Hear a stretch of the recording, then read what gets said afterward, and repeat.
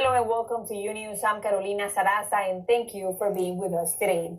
And we began this hour with the wildfires in California. Firefighters are racing against the clock to contain half a dozen customers. Now, in Northern California, the Monster Kincaid fire has been burning since last Wednesday night in the heart of wine country. Meanwhile, in Southern California, the Getty fire is 656 acres with 15% containment. Today, we have more details about the cause of that fire. At this, it is video from the California intense. It is also becoming more expensive. The federal government spent more than $2 billion on fire suppression in 2017. That was the most expensive year on record, and costs are expected to keep rising because of climate change. On the phone is Susan Jane Brown of the Western Environmental Law Center. Susan, who ultimately pays for the cost of putting out the fire. Where does the bill go? Now, as thousands deal with the growing fires, one NBA star is making sure the men and women fight. Samaritan was able to help drivers escape the flames along Interstate 5 in Sacramento, guiding them through safety through a hole in a fence as the fire was just a few feet away. Gerald Contreras is here today to talk to us about that day. Thank you for your time. Areas of California have issued mandatory evacuation orders, people packing up everything quickly and moving to shelters.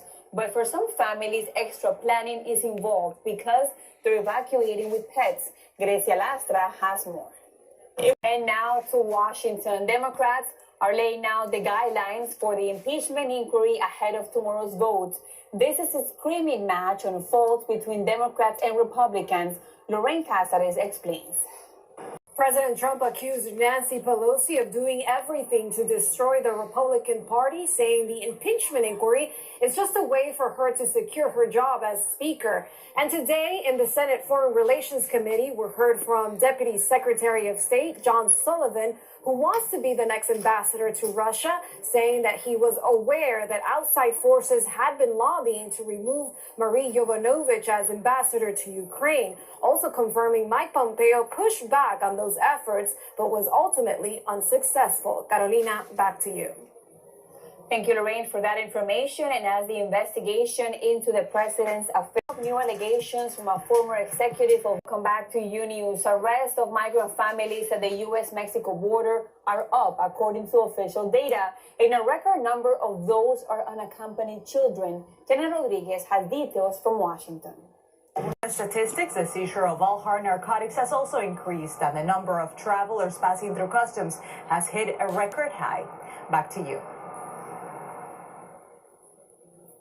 Thank you, Janet, for that report. And now a new lawsuit has been filed against e-cigarette maker Juul. A former executive is suing the company, accusing it of knowingly shipping out more than 1 million contaminated pods earlier this year and not telling customers. Paula Byron has more.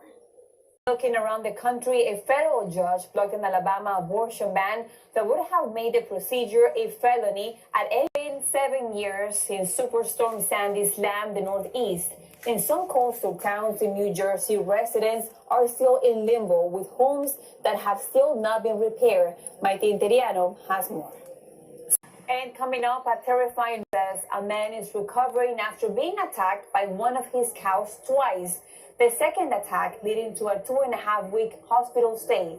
Jorge Hernandez has details. And now a follow-up now to that scary car crash involving an alleged drunk driver that nearly killed the family crossing the street. The woman whose car was hit, ultimately protecting that family, now has a new car. Azul Alvarez has the details.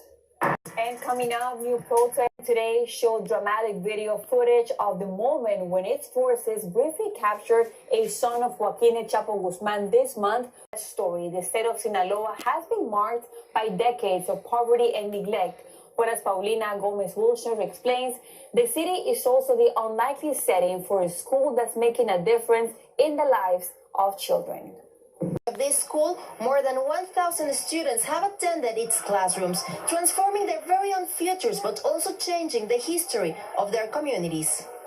And now check this out. 2 huge skeletons pop out of the streets of Mexico. Neighbors And now to new recommendations for young people who are severely obese. The American Academy of Pediatrics issuing updating guidelines now recommending weight loss surgery for those children and teens. Joanna Usma explains.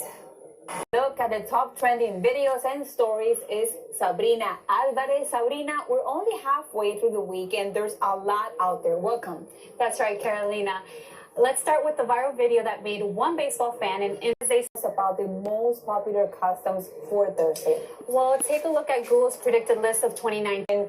A week that I've been dressing her up every day in a different costume. Now we're gonna see for tomorrow. It might be a unicorn. I'm debating between a unicorn and a mermaid. So maybe both. But are you going to be posting pictures soon? I've been posting pictures like crazy. Oh, perfect. I can't wait to take a look.